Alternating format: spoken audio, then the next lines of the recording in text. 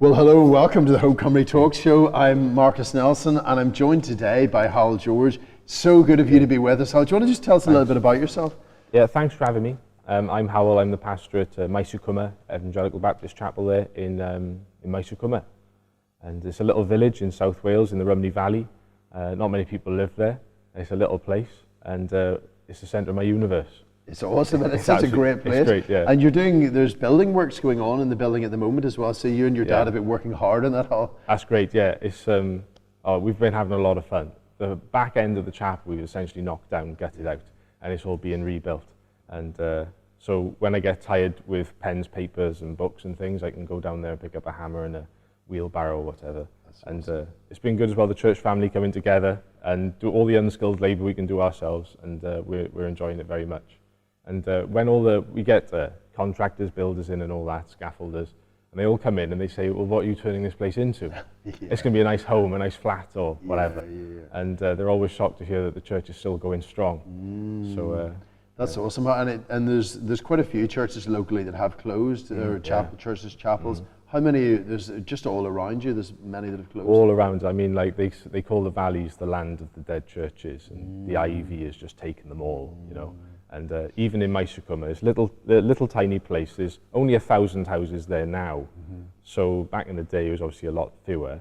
But nevertheless, there's 6 church buildings there. Each will have held like 200 plus people, 300 people, and they're all gone. Really well. Yeah, so all the doors of all 6 churches are closed. They're all gone, yeah. Really well. And your church is like the last one standing. Yeah. And people come from far and wide. People come from far and wide, which is amazing. Yeah. Not just from locally, but coming more widely. That's right, yeah. And then there's a good number of people come up from sort of the M4 corridor are coming up to us, and it's lovely to have them. And but increasingly now in recent days, people coming in from the local communities as well, which we're thrilled about. What is it, that makes it like an oasis in the desert in that way? You know, what is it about the ministry, about what you're talking about, what you're doing, that means that people will come from far and wide, whereas other buildings are closing all around you? Well, I think it's when Jesus said, didn't he? He said, that when I am lifted up, I draw all peoples to myself.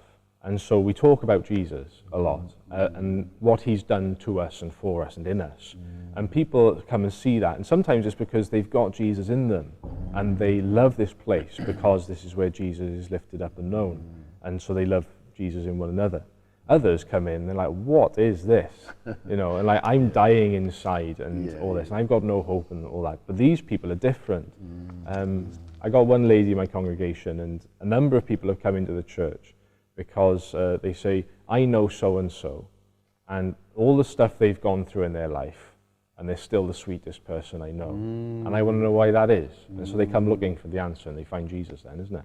That's awesome, yeah. So you're talking about Jesus, and people are coming, people want to hear. Yeah. There's hope in Jesus. Yeah, that's right. And people want to come and to hear about him and to meet with him and to see his work in other people's lives. That's so awesome and encouraging. That's so encouraging. So simple kind of point from that. If we don't want the doors to close, we talk about Jesus, not so that the doors don't close, but so that like people can come to know him, to meet with him, and that's working. It is. Isn't that awesome? That's so encouraging. It is working. And it's in a way we shouldn't be surprised. Yeah, we shouldn't be surprised. Why are we surprised? Exactly, why are we surprised? And there are so many times in history as well as today, I suppose. People say, what can we do to keep the doors open and to keep people coming in? And they talk about all sorts of different methods of doing that. You know, let's have people sleep in the church. Let's have people eat in the church, and all those. You know, there's places for all that. But it's Jesus Christ who builds his church, and it's on the offensive. The gates of hell will not prevail against it.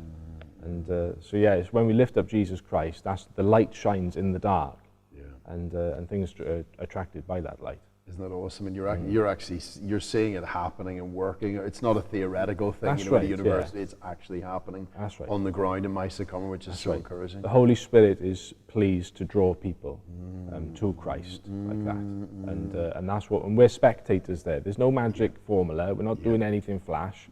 It's just Scripture. It's prayer. It's living together in church, family life. You know, and lifting up Christ. It's amazing, we've just had different conversations with people in this little talk show. And it's the same kind of consistent theme. We're not saying anything new. It's just the same old story. the old story of That's it. Jesus and his love, and we're telling the good news, sharing the good news of Jesus. And as we do that, people want to hear. That's it.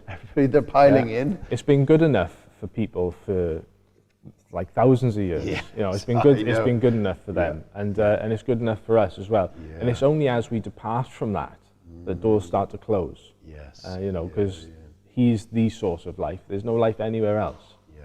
And so when we depart from him, things start to shut down. They start to shut and down. die. Yeah, they start to shut down. That gets us on to what we're going to talk about.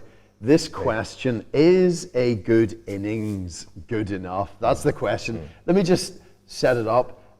We hear that phrase, part of that phrase anyway, quite often in different settings. You know, sadly, when somebody dies, perhaps in their 80s or 90s, people will quite often say to me, I hear it said, oh, they had a good innings. They lived 80 years, they had a good innings, and that's all that one could expect from life. Is that true? Is that a good innings? Let's set it up. The old 19th century Russian writer Tolstoy, he was an amazing individual in so many kinds of different ways, incredibly gifted, so I think he just wrote War and Peace because he didn't have anything better to do. He just thought, I will write this like masterpiece of Western literature, just really because I'm sort of struggling to find things to do. He had a wonderful wife, beautiful wife, a very large family, a huge estate, like this vast estate. He had everything really which one could hope for in life. And yet, at one point in his life, he found that he had to take the rope out of the office in which he worked because he was afraid that he was going to take his own life with it. He came to this point of crisis in which he asked himself, what meaning is there to my life that death will not destroy? Everything that I have will sooner or later be taken away by death. My family, all my possessions, even all the things that I've written and worked towards, it'll all be taken away. And then, because he had the resources to do it, he sort of went on this tour around European universities, asking in the different faculties, what is life all about? What's the meaning of life that death can't destroy? And the conversations were fascinating, right? Because as he went around the different faculties, he would go to, say, the mathematics department, and the answer was given, well, we don't think about that question. We think about, arithmetic. That's what we're, and algebra, that's what we're sort of interested in. And then he would go to, like the physics, the chemistry. You can imagine going to the different faculties. Yeah. And his response to them was always the same, if you can't answer that question about what life's all about and what meaning does it have that death doesn't destroy, sort of means that there's not a great deal of point, really, is there? In sort if all the numbers add up to zero. Yeah, exactly. What's the point? Talk to us about that whole kind of concept. Like, what meaning is there to life that death can destroy?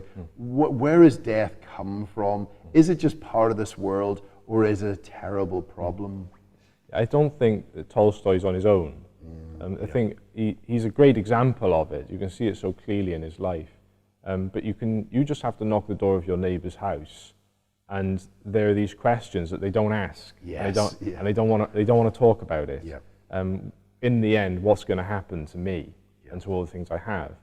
And in my see, we're going through John at the minute, and we've come to John 6, where Jesus says, "Don't work for the bread which perishes, but labour for the food that endures to eternal life." And the bread which perishes is all the world can give us, isn't it? And so Tolstoy had the whole bakery. He had the wife, the kids, the job, the fame, and all that sort of stuff. But it does all just perish eventually. And that sense is in all of us. We all know that as much as we can get here, it all comes to nothing. But beyond personally, there's this societal level where we have this sensibility as well. And I think we're more in tune to it now than we were. The optimism has really been turned down. And so like if you go back in time, you think everybody was an entrepreneur, traveling the world, exploring the world, science and literature and all these things were on the up and everything was just going great. But now we don't have that sense anymore. It's not safe to travel, that everything's going to shrink and not get bigger. We're going to get sicker in the future, not better. The healthcare in our country is only going to struggle more, not improve. Economically as well, you think like that. And I think, I don't know if it was nationally in the UK or just for Wales, I can't remember, they talked about making the nation a green superpower. Yes. We're going to have as much renewable energy as we can. The purpose being that we will all cook a little bit later. Our most optimistic sort of prospect is slowing the rate at which we will inevitably burst into flames. Yes. And this pessimism about our future, that it's all heading down to that zero, and that death will destroy everything that has any worth or value to us in the future. And that's ironic, isn't it? Because isn't that's the opposite of how the Christian preacher has long been mischaracterized. The guy on the street with the sandwich board, standing all by himself. the end of the world is nigh. But that's not us anymore. So we're not the ones who are standing. It's others now that are saying we. And I always think the irony of that is that it's the very people that said that we could build a world and future for ourselves have now concluded that we can't actually. And so there is no future. There may be another future just because we can't build our own future. There may be another future. I'll talk about that because what you said is so fascinating and so helpful.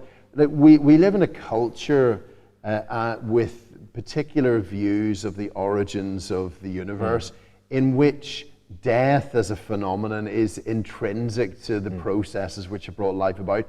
That doesn't seem to chime with people deep down. Know your neighbor.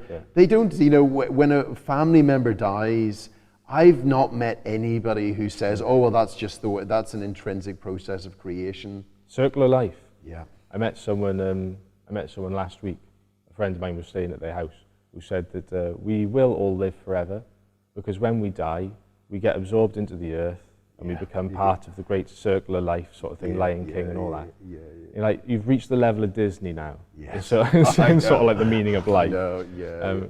People do have this, they say that death is part of life. And they say that, but when, like you say, when their loved ones die, they're like, this shouldn't be. It shouldn't be like this. This is unfair. This is unjust. It's ripped me up inside. And you're not going to say, well, there goes another one of the weakest. Good job, all the strong genetics are still around to pass on. We absolutely mourn that loss because it should not be. And we are made for more. I think you get that with, take Leo Tolstoy. He had the whole bakery of the bread which perishes. And he knows that there's more to have, that there should be more, that death should not be. And another good example, I think, is, Elon Musk. He's sort of, the world's his oyster, he has everything, isn't it? It's all in his hand, and yet it's not enough. He wants Mars as well. Yes, I know. And you sort of, once he gets Mars, I know. What's next? Yes, I know. We are made for more than the whole world. And that is a hopeful, wonderful message that Christians get to tell us, that we're made for more than all the world can give us. Even if we could have it all, we're made to have more than that. And that's what Jesus has come to give to us, to share with us himself. And what are the origins to that house? So talk us through, we're made for more than all the worlds, or even all the worlds and all the planets and such could afford to us. Why is there a universe at all? Why is there something rather than nothing? Where does it all come from? Well, all things have come from the Father, Son, and Holy Spirit. The Father created everything that exists through his Son and in the power of the Spirit. You get that right at the beginning of the Bible. God speaks his word, and the Spirit broods over the waters. You've got God, his word, and his Spirit there, and they work in this wonderful harmony to bring about the existence of the cosmos. Now, when it comes to humanity, we're made in his image, we're oriented towards him. That's where all this sense comes from. Because right in the beginning, when the Father is there and he sends his Son into the world to create the world, there is Christ, and he breathes the breath of God into man. And when the first man opens his eyes, he's face to face with the living God. That is a powerful statement about the way we are meant to be. And they walked together in the garden in the cool of the day. We are oriented towards God at all times. And that's why, having turned away, having gone down into sin, we've got this sense. And just before we even go there, so just to clarify the origins before we go to, just to jump on there. So in other words, we haven't been made to live for 100 years maximum, like 120 years. we were made to live forever. That's right, yeah. Isaiah talks about a time when we will say of the old man, he's just a baby. Yes, you know, and that's the orientation and the destiny of humanity, is to live forever.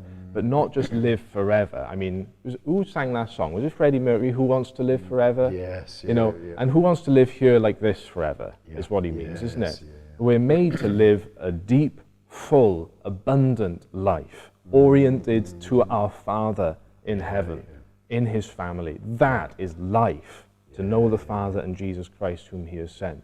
So we're made for eternal life. Death has no part in that.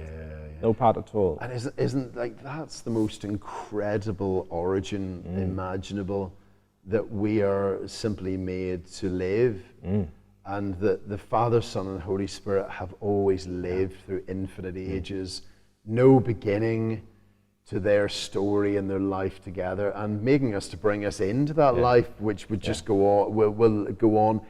Adventure, glory, wonder, incredible things. You know, this never-ending story, always getting each chapter better than the one before.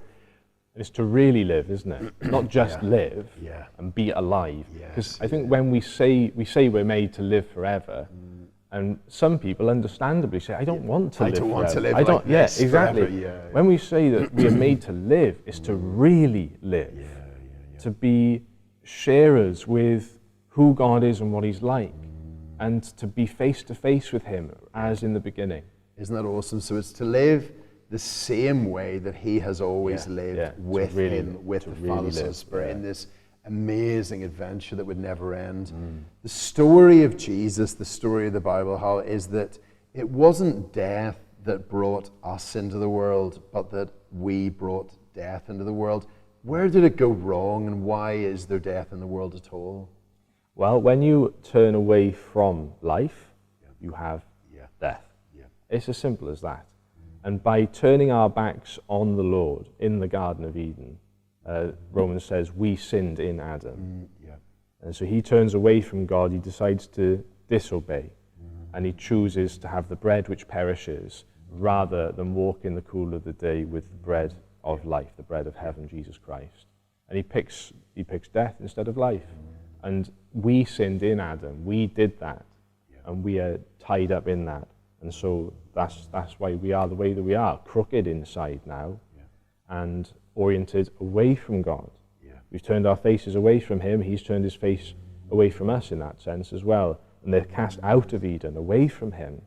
We're pushed into wilderness with his thorns, and we're not really living, we're not even living, we're dying, and we will die forever, because we've been separated, we've separated ourselves from him. So we picked something else. Yeah, amazing. And it's that feeling of going back, I suppose, in the family tree. You know, we're doing that more and more to try and work out who we are. But we're not quite going back far enough often. But if we go back to the very beginning, the earliest days of our race, the one single human race made up of all the nations, that our earliest ancestors turned away from the God who made them, who is the source of light and life, you know, Father, Son, Spirit. When they did that, they plunged themselves and all the world down into darkness and decay and death.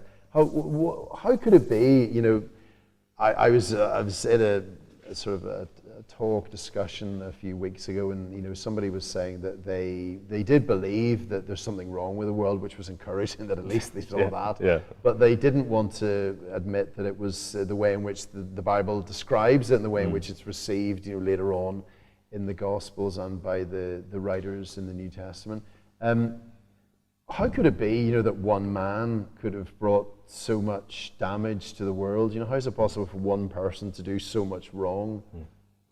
It's because of the way things are set up, isn't it, in the beginning, that Adam is given this status as the one who's face to face with God from the day of his birth.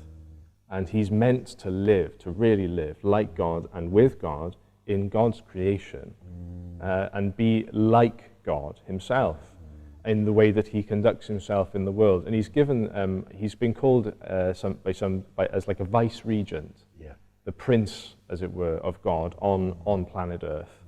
And when that falls, the whole thing crumbles down. Yeah. And you only have to look at in history, if there's a big battle, if you can capture the king, it's all going to unravel. Yeah. And even today, if you can take the capital city, it's all going to unravel. Yes. When Adam falls, we all fall. The whole thing crumbles down because everything's under him. Yeah, and we're, as you say, Romans chapter 5, we are part of his Exactly. body. Yeah. What he did, we did as well. And then what he became is what we start off as being, chips off the old block. That's with right, that same destiny to die, cut off from the source of our life. At that point, the eternal Son of God, the one who founded all things, who is life itself, could very easily have just let us go our own way. At that point, there's no one who could have blown the whistle or taken him to court to sort of appeal that decision. He didn't do that. Why did he not do that? It's because he's so full of love. He's just so loving, and so full of grace, that he has it in such an abundance in himself, that when he sees what we did, he still loves. It enrages him. It makes him grieve. It ties him up. And yet he goes out to us. He goes looking for us. And that's what we have in the incarnation, everything that leads up to it and from. Is he's chasing us out of the garden, as it were. He pushes us out and he chases us out. He comes after us to bring us back in. And what did he do from that point? So, we think of the way in which many, many years later, little baby lying in a manger, and then the way in which, sometime after that, these great wise men, the magicians, coming from the eastern countries, and bringing those gifts, gold, frankincense, and myrrh. What were they saying at that point about what his destiny was going to be, what he had come to do? They talk about, don't they, the different things that these gifts may have represented to them. And traditionally we say that gold, it's like kings wear gold. This little baby is the king of the world. And so here's gold fit for a king. Frankincense, they often talk about that as being this level of devotion, his devotion to us, and the world's devotion to him as the great creator. There's this wonderful smell that you get with frankincense, and where he goes you can smell this devotion on him, this intensity of what he's come to do. And myrrh, traditionally used in burials, isn't it, to anoint the body. It's got a distinctive smell to it that they use to cover the bad smells of death. And so by giving myrrh to this baby, it's saying this king who's so devoted to us has come to die. And I wonder, it says, doesn't it, Mary pondered these things in her heart. I wonder what she was thinking about. And not long after, there's Simeon in the temple. A sword will pierce your soul because of this baby. And then not long after, you've got Mary anointing his feet for burial. I think some people had degrees of understanding that this is the Son of God who has come to die, to put right the things that have gone wrong, to give us the death that we should die for our sins, and to give us the life that we should live because we are made in the image of God. Amazing, Holland. And during the accounts of the wonderful things that he did in the Gospels, went to 3 funerals, and those funerals were radically changed as the dead were brought back to life again, because he is more powerful even than death, and death is not the most powerful force, like the leveling force in the universe. He is more powerful even than death. How is it then, Hywel, that he had to die in order to defeat death? Why did he not sort of stand at the outside and overcome it in that way? Why was it that through death itself he was able to destroy death and defeat it for us? It's because of how rotten we have become on the inside. You've got to cut that out. If you've got an infected wound or something, they say you've got to cut that out, isn't it? You can't just stitch you up and leave it all inside so it looks nice. Romans again calls him both just and the justifier of those who have faith in Jesus. And so what's happening here is that the death that we have earned, because we are in Adam, we sinned with him there, and all of our lives here and now. Not only do we do things that are wicked and wrong and that trouble our conscience, but that comes from a crookedness within. That it's not just the things that we do, but the way that we are. We're really broken. We can't help but choose the bread which perishes. Jesus has to take the consequences of that upon himself. He has to take what we have done and what we have become in Adam. He has to take that himself and die. It's not as simple as him walking in, snapping his finger, taking us all with him. Let's go back to Eden. You know, he's got to put the wrongs right for the sake of justice. Yeah. And he takes it upon himself in that way, and overcomes death in this great struggle. So going down into himself. Remember Athanasius asked that question, how is it that he who is the life should be able to die by borrowing our death and taking it upon himself in order to destroy it, going down into death itself, swallowing it up from the inside in victory, and then on the third day walking out of his own grave alive forever and ever. Indestructible, immortal resurrection life on the other side of death. Hywel, in the midst of a world of winter in which people are still dying, he hasn't come again as he's promised he's going to do. How is Jesus able to draw close to those that are grieving and mourning the loss of loved ones? Well, when you think about all the way through the scriptures, there's this orientation that we ought to have towards our Father in heaven. And the things that he is arranging throughout the history of Scripture is to turn us back and to bring us back. There's always this movement in the direction of the Lord in the different scenes through the Scripture. When Jesus comes in, he comes to turn us back to himself as well. But to do that, he's got to come to where we are, and that's in the dark. We are oriented away. We are dying in ourselves. We live in this pessimistic place where I'm broken, doesn't matter what I have, death will defeat it all, and I've not got much of a future personally, nationally, and so forth. Jesus comes into that to turn us back to himself. It's not like he's got a remote control and he can, from heaven, turn us back to himself, but he comes to us in the middle of that and turns us back. Again in John 6, isn't it? It's the walking on the water, where Jesus on the mountain, nice and safe, sees his disciples in the storm, fearing for their lives, extremely pessimistic future. Death's about to wipe them all out, isn't it? They're in a storm, it's dark, they're terrified. And that's what life is like for a lot of people, for all of us. Jesus comes from the mountain. He could have quelled it from there. Be quiet, be still. But he comes from the mountain and into the storm, into the eye of it where they are. And he says, I'm here. It's me. Don't be afraid. So for individuals, he does this to us and for us in our lives. He comes to us in the power of the Holy Spirit, and he's willing to take our sins away and give us real life here and now in the knowledge of God. There's a little girl in my scummer. We were walking to church one Sunday, and she has a tough life, and she said, coming to church, she said, it's the best thing that's ever happened to me. And I was really moved because she really believed that. You know, with all the things she's got going in her life, she comes to church, and here she's met with Jesus, and the difference that he has made in her life is, even though I got these tough things going on at home, at school, and everything else, this is good. This is good for me. This is really living. This is really living. If we know Jesus, even in the dark. That's awesome, isn't it? What amazing things Leo Tolstoy did in the end find the answer to that question that drove him around Europe and came to know Jesus and to put his trust in him. One of the people writing about him said that he sort of fell back into Jesus' arms and found that he was safe, which is such a wonderful description.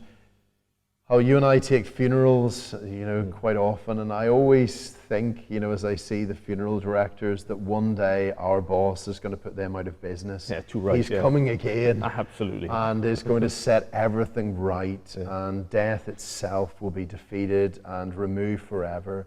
And he's going to renew and restore all things and bring about his new creation, in which all those who know him and love him will live with him, be sharing his future, which will never end. Hywel, thanks so much for joining us today. God bless you. Thanks for having me.